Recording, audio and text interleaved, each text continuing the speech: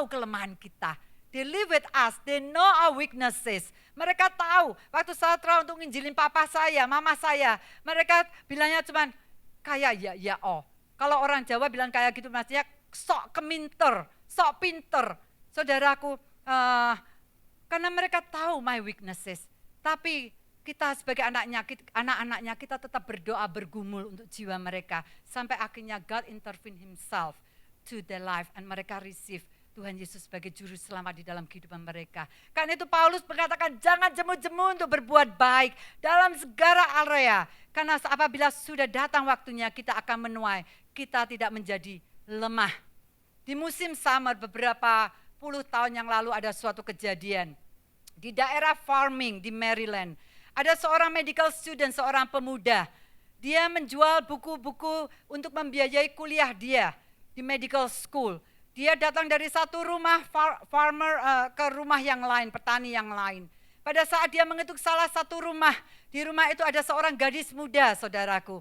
Seorang gadis yang kira-kira mungkin berumur 12-13 tahun. Waktu itu pemuda ini, medical school ini, student ini mengatakan, memberikan suatu presentation untuk bukunya. Dan setelah dia memberikan presentation, gadis ini mengatakan, teenager ini mengatakan, I'm sorry, my mom is a single mom. I don't have money to buy your book. Orang tua saya adalah single mother, kita nggak punya ayah lagi. Saya nggak punya uang, kita nggak punya uang untuk membeli buku kamu. Dan medical student ini, dia mengatakan, there's no problem. Tapi can you give me a glass of water? I'm so thirsty. Karena musim panas dia jalan dari rumah satu ke rumah yang lain.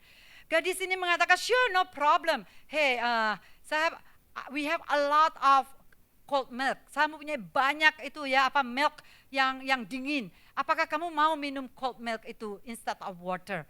Sure. Akhirnya beberapa tahun berselang sudah lewat, saudaraku. Sampai akhirnya pemuda ini sudah graduate from the medical school dan dia menjadi seorang dokter yang cukup terkenal di daerahnya. Pada saat dia sedang rounding in the hospital, pada saat dia sedang memeriksa pasien-pasien dia lihat di salah satu ruangan, dia lihat, hi, that is the girl that give me a glass of milk pada waktu saya membutuhkan. Tapi gadis ini tidak mengenali pemuda ini lagi karena dia dalam keadaan sakit, saudaraku. Setelah hal itu terjadi, saudara, the next day-nya young girl ini dipindahkan ke ruangan private. Wanita muda ini dipindahkan ke ruangan private dan dia mendapatkan suatu pelayanan yang baik, pelayanan luar biasa daripada hospital itu. Sampai akhirnya dia sembuh. Pada waktu itu nurse-nya berkata, hey, tomorrow you can go home. Pada waktu dia mendengar hal ini, dia menjadi sangat cemas. Dia katakan, gimana saya bisa membayar akan bill saya? I'm so nervous, scared, I'm melihat akan bill saya. How can I pay that bill? Nurse-nya mengatakan, let me get your bill daripada kantor administration-nya and I will give it to you. So you can see how much you have to pay. Pada waktu nurse-nya ini membawa bill-nya ini, wanita muda ini melihat bill ini.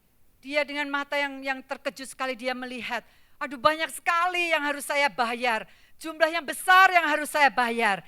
Tapi pada waktu dia melihat akan bill-nya, bill-nya itu mengatakan bahwa sudah lunas dengan dengan segelas milk.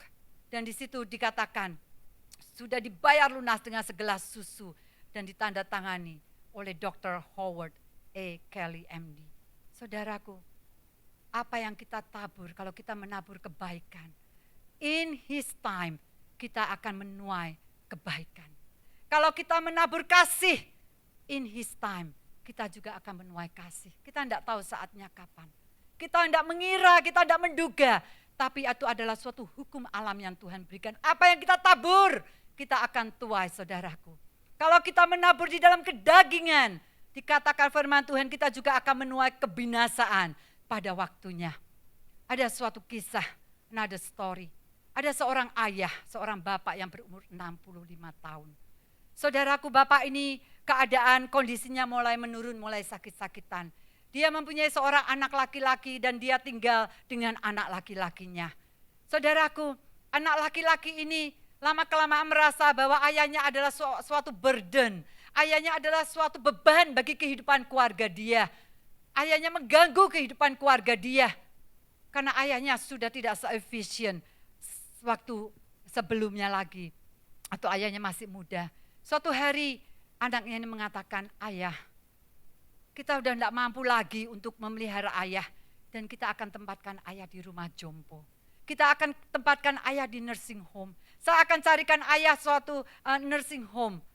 Untuk ayah bisa tinggal di sana. Saudaraku, anak ini mencarikan suatu nursing home, suatu rumah jompo untuk ayahnya. Rumah jompo yang dikatakan di pinggiran kota karena harganya murah dibandingkan rumah jompo yang ada di dalam kota. Pada saat anak ini drop ayahnya dan ia pamit dengan ayahnya. Ayah ini memegang tangannya dikatakan, son, I want to talk to you. I want to say something to you. Pada saat anak ini duduk, ayah ini mulai mengeluarkan air mata, saudaraku. Dia katakan, son, I want to share a little story to you. 30 tahun yang lalu dia katakan, pada saat orang tua saya, pada saat mami saya tinggal bersama-sama dengan saya. Pada waktu itu kamu masih bayi, dia katakan. Pada waktu itu kamu masih belum tahu apa-apa. Aku merasa hal yang sama, bahwa mamiku mengganggu akan kehidupanku. Mamiku mengganggu akan keluargaku. Mamiku mengganggu akan kebebasanku. Dan you know what, son? I talk and I did the same thing dengan apa yang engkau lakukan saat ini. Aku kirimkan, aku taruh mamiku di rumah jompo yang sama saat ini yang engkau taruh aku. Saudaraku, kalau kita menabur, biarlah kita taburkan benih yang baik. Benih itu mungkin tidak dalam waktu yang tepat. Benih itu mungkin tidak bertumbuh dengan cepat, tapi satu hal yang kita tahu pada pagi hari ini. Firman Tuhan mengatakan, apa yang kita tabur itu akan menjadi apa yang kita tuai. Saudaraku, that is the law. That is universal law. Itu adalah suatu hukum alam yang kita tidak bisa hindarkan. Saudaraku, mungkin kita sudah terlanjur menabur benih-benih yang tidak benar dalam kehidupan kita yesterday. Mungkin kita sudah terlanjur menabur benih-benih yang menyakitkan akan hati Tuhan, yang menyakitkan akan keluarga kita, yang menyakitkan akan orang tua kita di tahun-tahun yang lalu, di masa-masa yang lalu. Tapi satu hal yang Tuhan berikan pada saat ini, ada satu hukum yang melebihi hukum alam. Masih ada satu hope, masih ada satu hukum di atas hukum alam, yaitu hukum kasih karunia. That's why we say amazing grace. That's why we say pada pagi hari ini, pada pagi tadi waktu kita menyembah Tuhan, amazing grace, how sweet that sound. Hukum yang dikatakan hukum anugerah, hukum kasih karunia. Dikatakan even dosa kita merah seperti karmisi, akan menjadi putih seperti salju. Suatu hukum yang mengatakan even dosa kita merah seperti kain kesumba, Tuhan akan membuat putih seperti bulu domba. Amin, saudaraku. Biar pada pagi hari ini kita mau grab hukum kasih karunia itu dalam kehidupan kita. Don't play around anymore. Apa yang kita tabur, biar kita, Tuhan, aku mau menabur mulai hari ini. Aku mau menabur benih-benih yang baik, Tuhan. Aku mau menabur benih-benih yang baik.